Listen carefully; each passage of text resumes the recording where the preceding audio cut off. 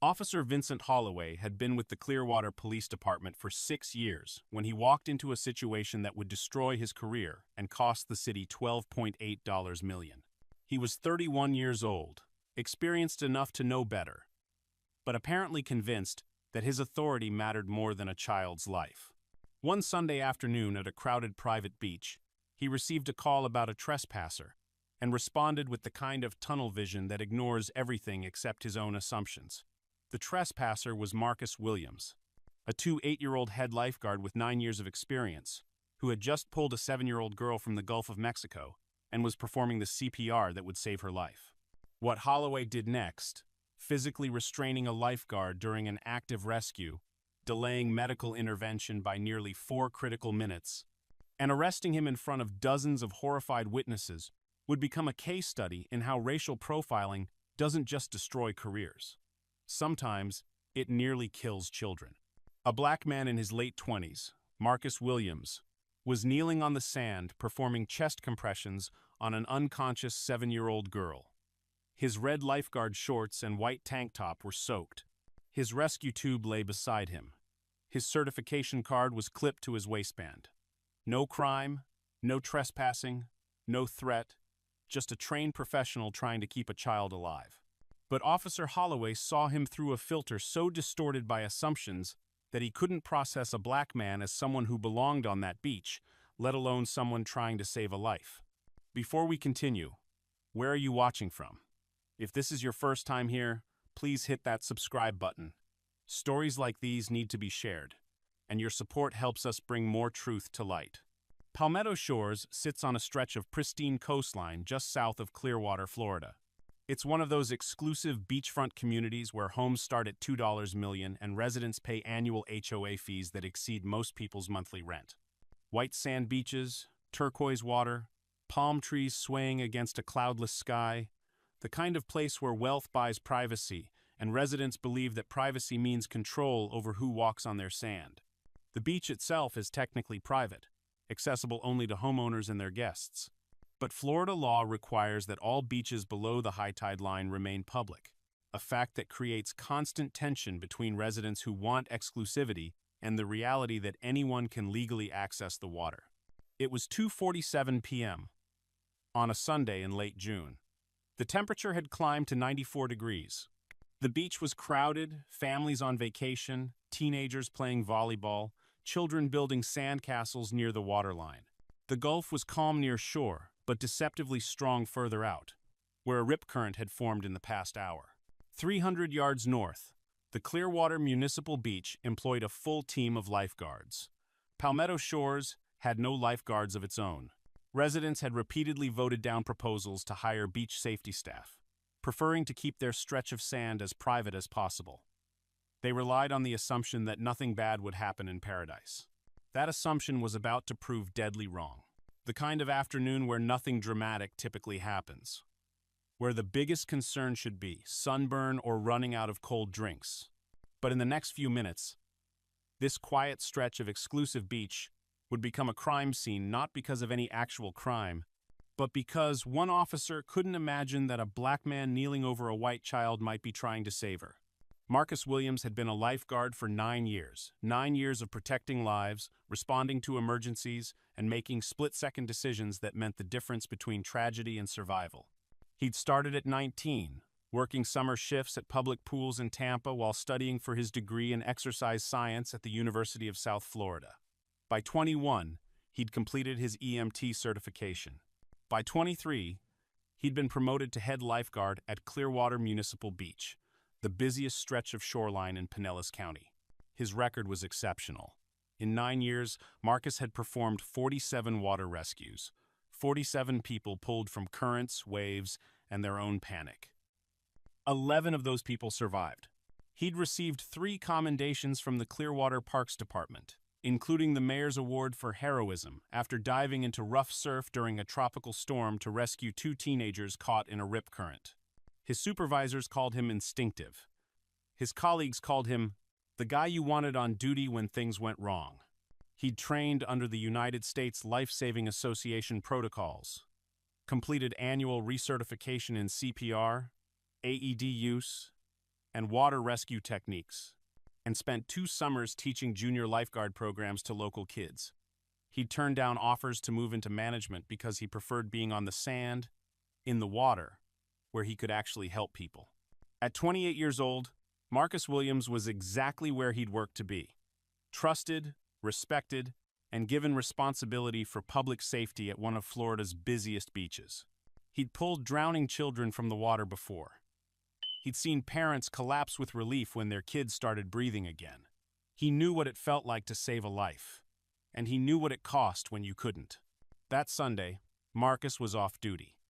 He'd finished his shift at Clearwater Municipal at noon and decided to walk south along the shoreline, something he did regularly to decompress after long shifts. He wasn't working. He wasn't on patrol.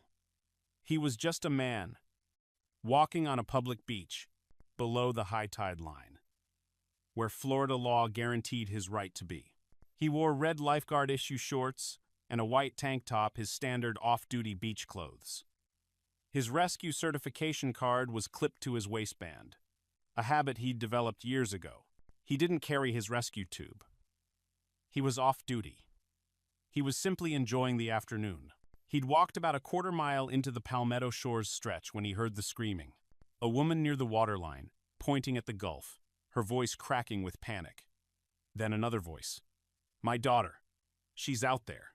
Marcus's training took over before his conscious mind caught up. He sprinted toward the water, scanning the waves. About 40 yards out, he saw her, a small figure struggling against the current, her arms flailing, her head disappearing below the surface. He was in the water within seconds. The rip current was stronger than it looked, pulling toward a sandbar about 60 yards offshore. He swam perpendicular to it, cutting across the current rather than fighting it directly, reaching the girl in under a minute. She was barely conscious when he reached her. Her eyes were rolling back. He secured her against his body, swimming parallel to shore until he cleared the current, then turned and powered toward the beach. By the time his feet touched sand, she'd stopped responding. He laid her on her back, tilted her head to clear her airway, and began chest compressions. 30 compressions, 2 breaths, check for pulse. He was on his 4th cycle when he heard the voice behind him. "Get away from that child." But to one person on that beach, Marcus Williams wasn't a lifeguard performing a rescue. He was a black man with his hands on a white child, and that person had decided to do something about it. The caller was Patricia Harrington, 67 years old, a 12-year resident of Palmetto Shores and current president of the Homeowners Association. She'd been watching from her deck when she saw Marcus running toward the water. She didn't see a lifeguard. She saw a black man in red shorts sprinting across her beach. She called 911 at 2:49 p.m., 2 minutes after Marcus entered the water. "There's a trespasser on our private beach. A black man. He's running toward some children. Send someone immediately." The dispatcher asked if the man was threatening anyone. "He's running at children." "What more do you need?" A unit was dispatched. Officer Vincent Holloway had been with the Clearwater Police Department for 6 years. In that time, he'd compiled a record that should have raised red flags at every level of supervision. 9 complaints. 9. 7 of them involved allegations of racial profiling or excessive force against people of color, resulting in written reprimands and mandatory retraining. The other 7 had been closed with insufficient evidence despite witness statements and video recordings. Holloway had a pattern. He responded aggressively to calls involving black individuals in spaces where he didn't think they belonged. A black family at a private country club pool, Holloway demanded to see their membership cards 3 times, even after staff confirmed they were guests. A black teenager walking through a gated community, Holloway detained him for 40 minutes, demanding proof he lived there, ignoring his mother's calls to the gate guard.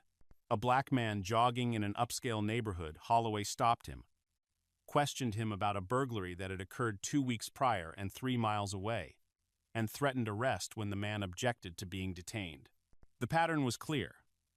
The documentation was extensive, but somehow Holloway remained on patrol. His supervisors noted in evaluations that he was vigilant but sometimes quick to escalate, and that he needed to refine his approach to community relations. but those notes never translated into meaningful consequences. When Holloway received the call about Palmetto Shores, his mind immediately filled in a narrative. Black trespasser, private beach, running toward children. His response was automatic. He didn't ask clarifying questions. He didn't consider alternative explanations. He floored it. Holloway arrived at 2:52 p.m., parking his patrol car at the beach access point and jogging toward the crowd gathered on the sand. He saw exactly what he expected. A black man crouched over a white child. In Holloway's mind, the situation confirmed everything. The call had been about a trespasser. Here was the trespasser.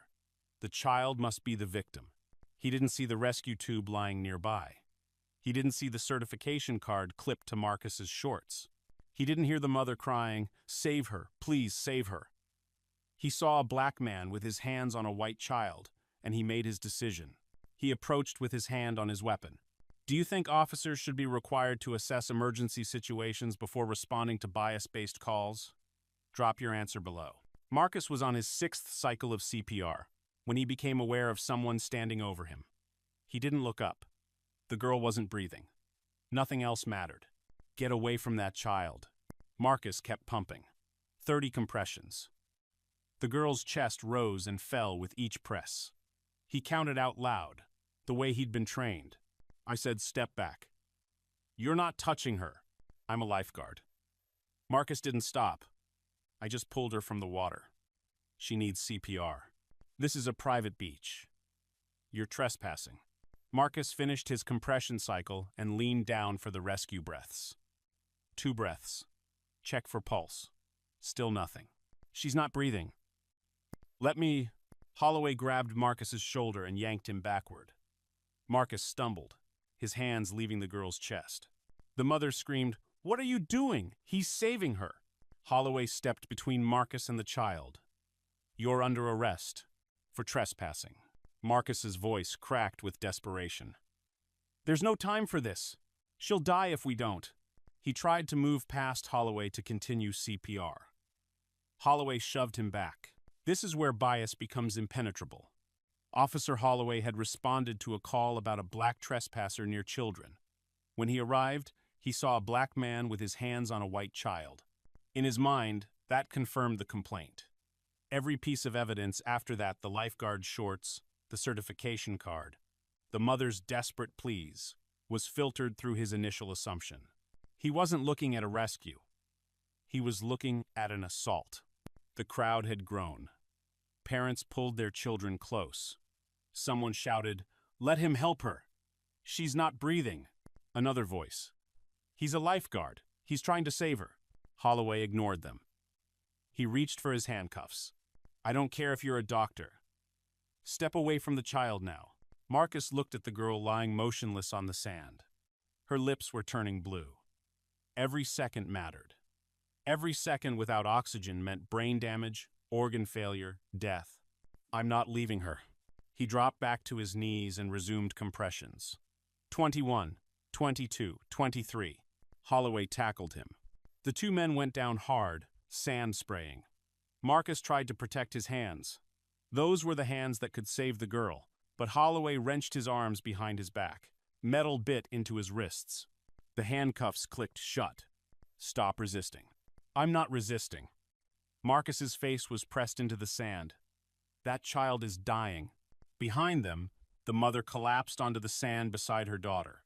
She didn't know CPR. She pressed her hands against the girl's chest. But she didn't know the rhythm, didn't know the depth, didn't know anything except that her baby wasn't breathing and the man who'd been helping was now lying in handcuffs 10 feet away. Someone in the crowd, a retired nurse named Evelyn Torres, pushed forward and took over CPR. She'd been trained. She found the rhythm. 30 compressions. 2 breaths. At 2:56 p.m., the girl coughed up water. At 2:57 p.m., she started crying. At 2:58 p.m., the ambulance arrived. The paramedics took over, stabilizing the girl later identified as Emma Castellanos, 7 years old, and loading her into the ambulance. Her mother went with her, too stunned to speak. Marcus Williams remained handcuffed in the sand. His shoulder ached where Holloway had tackled him. His wrists were bleeding where the cuffs had dug in. His only crime had been pulling a drowning child from the water and trying to keep her alive. Holloway stood over him, breathing hard, his hand still resting on his service weapon. "You should have followed orders." Marcus looked up at him. The anger in his voice was cold and precise. "That girl nearly died because you wouldn't let me do my job. You're not a lifeguard here." Someone from the crowd shouted, "He's a lifeguard at Clearwater Beach. Everyone knows him." Another voice. Holloway's expression flickered the first sign that he might have made a mistake. But he didn't uncuff Marcus. He didn't apologize. He doubled down. "You'll sort it out at the station." Should officers face criminal charges when their actions during an arrest directly endanger a third party's life? Let me know what you think. Sergeant Angela Reyes arrived at 3:04 p.m. She was a 19-year veteran of the Clearwater Police Department. The kind of supervisor who'd seen plenty of officer mistakes but rarely one unfolding in real time with this many witnesses. She'd heard the radio traffic, the trespasser call, Holloway's arrest report, then a flood of 911 calls reporting that an officer had stopped a lifeguard from saving a drowning child. She'd run a quick check on the detained man's name. What came back made her stomach drop. Marcus Williams, head lifeguard, Clearwater, Municipal Beach. 9 years of service. Multiple commendations. The mayor's award for heroism. She approached the scene and saw exactly what the calls had described. A black man handcuffed in the sand, bleeding from the wrists, surrounded by witnesses who looked ready to riot. Holloway stepped forward to meet her. "Sergeant," I apprehended the trespasser. He was interfering with... Reyes held up her hand. She walked past him to Marcus, who was still on the ground. Marcus nodded. "My wrists. And my shoulder." She unlocked the cuffs and helped him sit up. The red marks on his wrists were deep, already bruising. His shoulder was swelling. She turned to the crowd. "Is there anyone here who witnessed what happened from the beginning?" Half the beach raised their hands. One man stepped forward. "He's a lifeguard. He pulled the girl out of the water and was doing CPR when the officer showed up and tackled him. The girl almost died because this officer wouldn't let him help." Reyes's expression hardened. She turned back to Holloway. "You stopped a lifeguard from performing CPR on a drowning child. He was trespassing." "I don't care what the caller said." She pointed at Marcus's certification card, still clipped to his waistband despite the struggle. "That's a rescue certification. Those are lifeguard shorts. And he's covered in salt water because he just pulled a child from the Gulf." The caller identified him as a trespasser. The caller was wrong. "You should have assessed the situation before you made an arrest. You had a duty to assess the situation before you used force during an active medical emergency." Holloway's face had gone pale. "Sergeant, I was responding to a call. I followed protocol. Holloway's in times of con from. Holloway's in times of call. Protocol?" Reyes stepped closer, her voice dropping. "You tackled a man who was performing CPR. The child nearly died. That's not protocol. That's assault." She held out her hand. "Badge and weapon. Administrative leave effective immediately." Holloway stood frozen. "Badge." "Now." He unclipped his badge and handed over his service weapon. His hands were shaking. Reyes turned back to Marcus.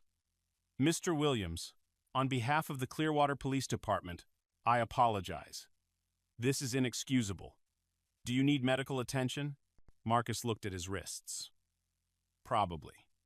But first I want to know what's going to happen to him. Internal Affairs will conduct a full investigation. I can tell you right now, based on what I've seen and what these witnesses are telling me, Officer Holloway will face serious consequences." Marcus nodded slowly. "And the girl? Emma?" Reyes softened slightly. "She was conscious and crying when the ambulance left. That's a good sign. You kept her alive long enough for the paramedics to take over." Someone in the crowd started clapping. Then another person. Within seconds, the entire beach was applauding. Holloway stood alone, stripped of his badge, watching the man he'd arrested receive a standing ovation. Should officers face automatic termination when their actions during an arrest directly endanger the life of a third party, including victims they were supposedly there to protect? Within 3 hours, the videos had exploded across social media.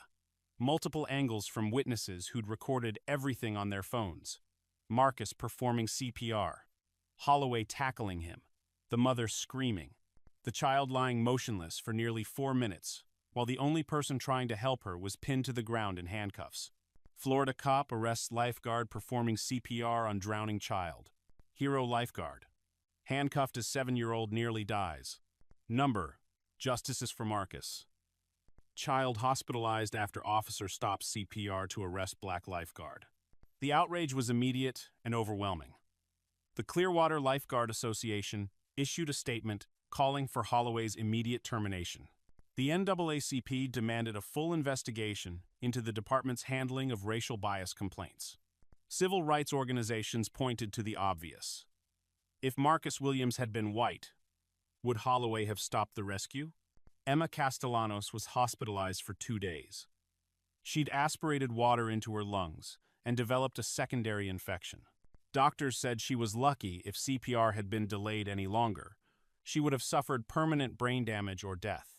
Her parents credited Marcus Williams with saving her life and publicly condemned the officer who'd tried to stop him. The caller, Patricia Harrington, gave a brief statement to local media. "I thought I saw someone who didn't belong on our beach. I was trying to protect our community." She was not charged, but her name became synonymous with the case. The lawsuit was filed within 2 weeks. Marcus Williams versus City of Clearwater, Officer Vincent Holloway, and the Clearwater Police Department. The claims were extensive. Unlawful arrest without probable cause. False imprisonment. Civil rights violations under Section 1983. Excessive use of force during arrest. Racial profiling and discrimination. Intentional infliction of emotional distress. Assault and battery during the tackle. And failure to train and supervise officers with documented patterns of discriminatory conduct. The complaint included Holloway's complete personnel record. 9 complaints over 6 years. 7 involving racial profiling. 2 sustained. 7 closed without meaningful investigation despite witness statements. A pattern so clear that any supervisor who reviewed the file should have removed him from patrol years ago. Emma Castellanos' parents filed a separate lawsuit on her behalf, naming the same defendants. Their claim focused on the delay in medical treatment caused by Holloway's intervention and the physical and psychological harm their daughter suffered as a result.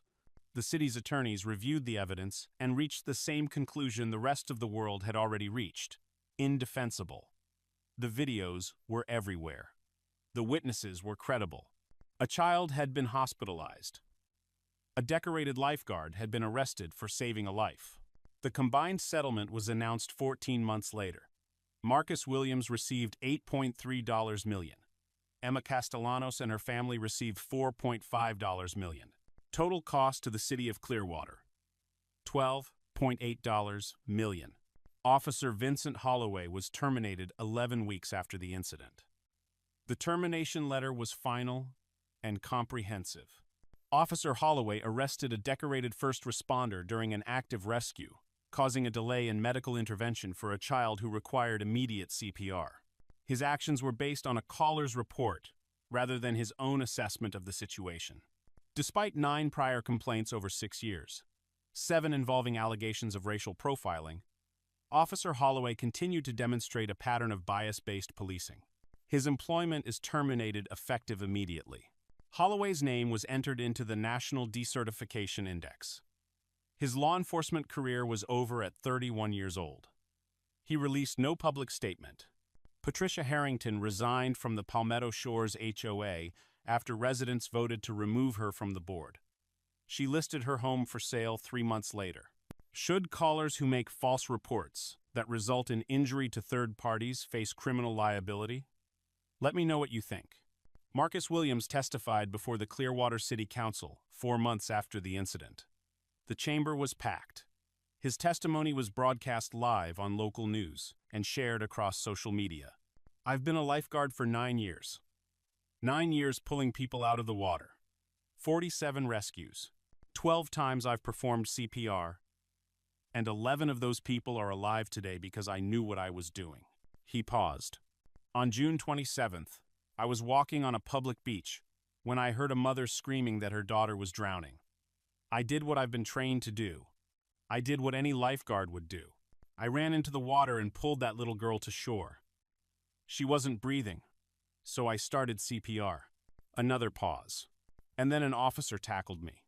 He handcuffed me while that child lay dying in the sand. He kept me on the ground for nearly 4 minutes while her lips turned blue. 4 minutes. Do you know what happens to a brain after 4 minutes without oxygen?" His voice dropped. "Emma Castellanos is alive because a retired nurse happened to be on that beach. She took over CPR when I couldn't. But what if she hadn't been there? What if no one else knew CPR? That child would be dead right now. Not because she drowned, but because an officer couldn't imagine that a black man on a private beach might actually be trying to help." He looked directly at the counsel. "Officer Holloway had 9 complaints in 6 years. 9. 7 of them were for racial profiling. How many complaints does it take before someone asks whether an officer should still be on patrol? Apparently more than 9. His voice strengthened. "The city is paying $12.8 million. That's accountability. But money doesn't undo what happened. It doesn't erase the nightmares Emma still has about drowning. It doesn't heal the psychological damage her parents are dealing with. It doesn't fix the fact that a 7-year-old girl almost died because someone called 911 on a black man for running toward the water." He paused. "If this can happen to me, a head lifeguard with 9 years of experience and a mayor's award for heroism, what happens to black people who don't have credentials? What happens when they try to help someone and an officer shows up convinced they're the threat? How many people have already died because we keep protecting officers with patterns of bias instead of protecting the communities they're supposed to serve?" The room was silent. Should racial profiling that results in delayed medical care for a third party trigger automatic criminal charges against the responding officer? Drop your answer. This wasn't just about one arrest. This wasn't about one officer's bad judgment on one hot afternoon. This was proof that bias doesn't just destroy careers and cost cities millions of dollars. Sometimes it nearly kills children. Marcus Williams saw a drowning girl and did what any trained lifeguard would do. He saved her life. But because someone saw a black man running on their private beach and assumed he didn't belong there, and because an officer responded to that assumption instead of the reality in front of him, a 7-year-old girl came within minutes of permanent brain damage or death. Vincent Holloway's record told the story his supervisors refused to read. 9 complaints over 6 years. 7 of them involving racial profiling. That's not bad luck. That's not isolated incidents. That's a pattern. A pattern the Clearwater Police Department tolerated until it nearly cost a child her life on live video. Holloway's career is over. That's consequence. The city paid $12.8 million. That's accountability. Patricia Harrington lost her position and her standing in her community. That's consequence too. But money doesn't restore a child's sense of safety. Terminations don't undo the trauma of watching your daughter nearly die while the man trying to save her is tackled and handcuffed. Consequences after the fact don't prevent the next Patricia Harrington from calling 911 on the next black man who dares to exist in a space she doesn't think he belongs. The real question is, do departments finally establish protocols requiring officers to assess emergency situations before responding to civilian complaints? Do supervisors finally connect the dots when an officer accumulates 3 complaints, 5 complaints, 7 complaints for the same behavior?